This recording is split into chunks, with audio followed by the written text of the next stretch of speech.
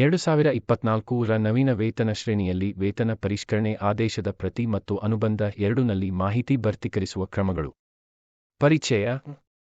2024ರ ಕರ್ನಾಟಕ ನಾಗರಿಕ ಸೇವೆಗಳ ಪರಿಷ್ಕೃತ ವೇತನ ನಿಯಮಾವಳಿಯ ಅಡಿಯಲ್ಲಿ ನವೀನ ವೇತನ ಶ್ರೇಣಿಯನ್ನು ಜಾರಿಗೆ ತರಲಾಗಿದೆ.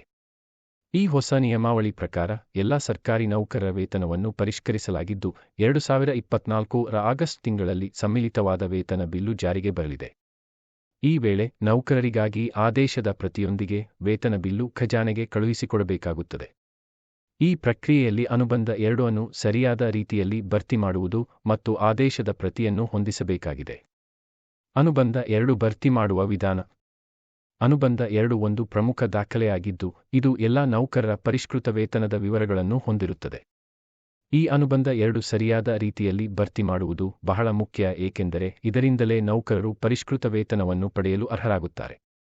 ಯಾವುದೇ ಕಚೇರಿಯ ವೇತನ ಪರಿಷ್ಕರಣೆಗೆ ನೌಕರರು ಈ ಚಾನಲಿಗೆ ಸಬ್ಸ್ಕ್ರೈಬ್ ಮಾಡಿಕೊಂಡು ಕಾಮೆಂಟ್ ಬಾಕ್ಸ್ನಲ್ಲಿ ತಮ್ಮ ವೇತನದ ವಿವರ ಮತ್ತು ಇಮೇಲ್ ವಿಳಾಸವನ್ನು ಕಳಿಸಿದ್ದಲ್ಲಿ ಉಚಿತ ಮಾಹಿತಿಯನ್ನು ಆದ್ಯತೆಯ ಮೇಲೆ ಮೊದಲು ಸಂಪರ್ಕಿಸಿದವರಿಗೆ ಮೊದಲಿಗೆ ಎಂಬ ತತ್ವದನ್ವಯ ನೀಡಲಾಗುವುದು.